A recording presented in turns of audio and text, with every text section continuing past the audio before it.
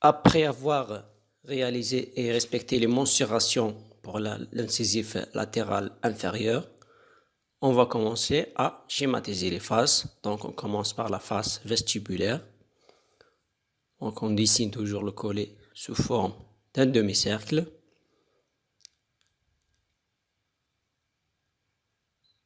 Et puis, on projette les bords proximaux avec des lignes droites qui s'arrêtent à peu près au niveau du tiers coronaire. Et puis, on désigne la localisation de notre apex et on dessine le bord mésial de la racine aux lignes courbes légèrement inclinées et le bord distal en ligne presque droite. On passe à la face palatine.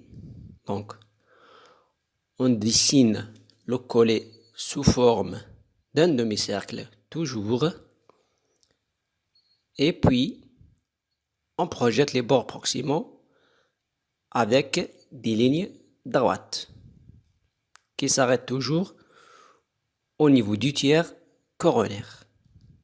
Après, on va désigner la localisation de notre apex et puis on dessine le bord mésial de la racine aux lignes courbes légèrement inclinées et le bord distal aux lignes droites.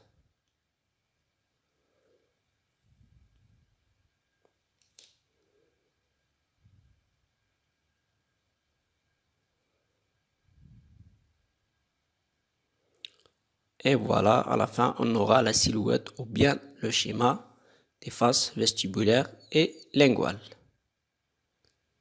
Et puis, on va biseauter d'abord en respectant les schémas. Après, on découpe.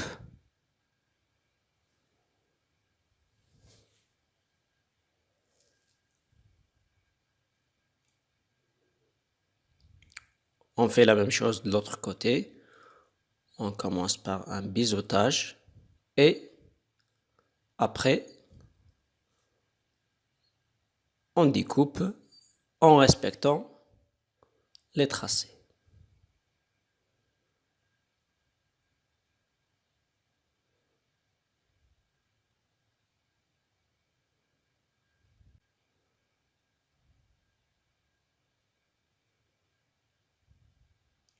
Et voilà, donc c'est ça la silhouette des faces vestibulaires et linguales.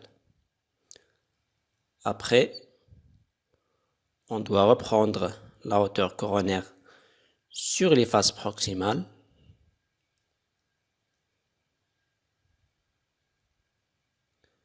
Et on commence à schématiser les faces proximales. Donc, on commence par la face distale. On laisse des petites distances de part et d'autre sur la partie cervicale. On dessine un petit trait et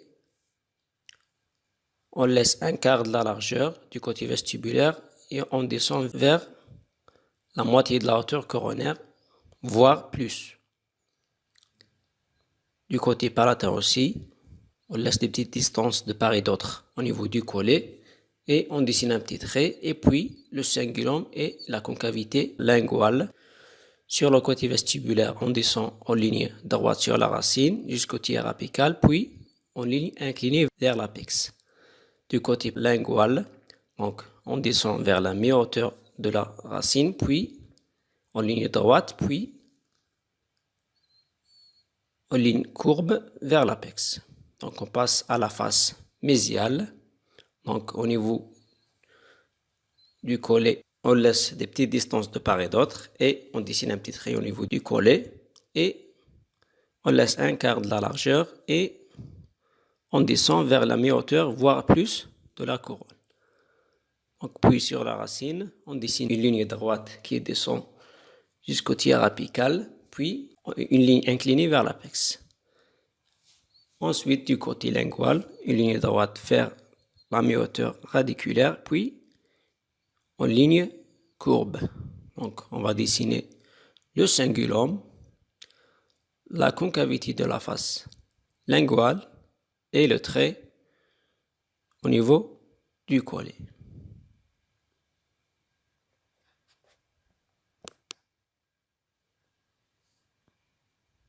Et voilà les schémas des faces proximales. Après, on va couper. Donc, on coupe au niveau du bord libre, puis au niveau de la racine du côté vestibulaire.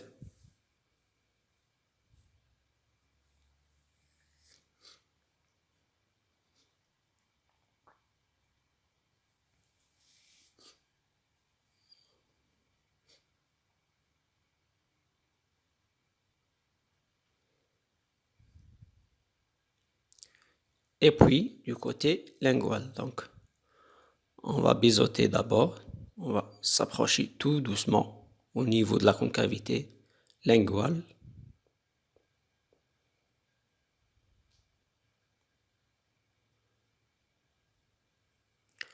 On délimite le cingulum et on descend sur la racine.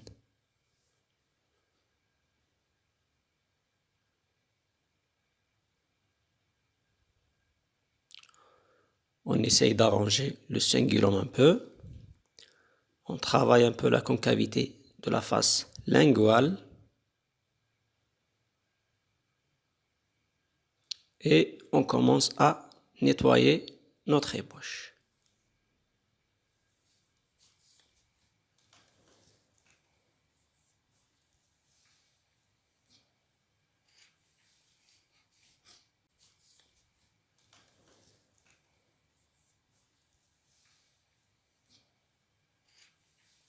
Voilà presque l'ébauche de l'incisive latérale inférieure droite.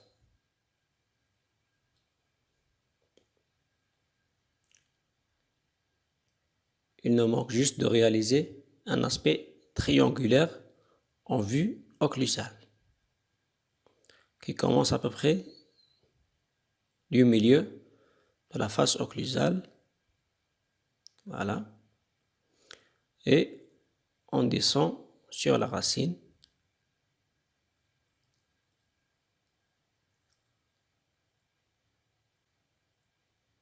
Et puis, on découpe.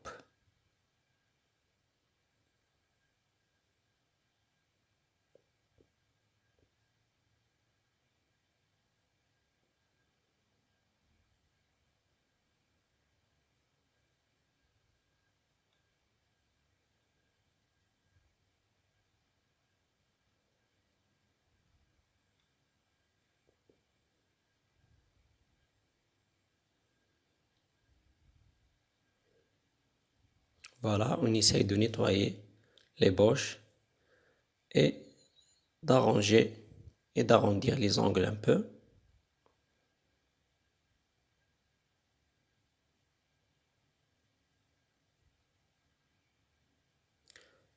Et voilà, l'ébauche est terminée. Donc c'est ça l'ébauche de l'incisif latéral inférieur.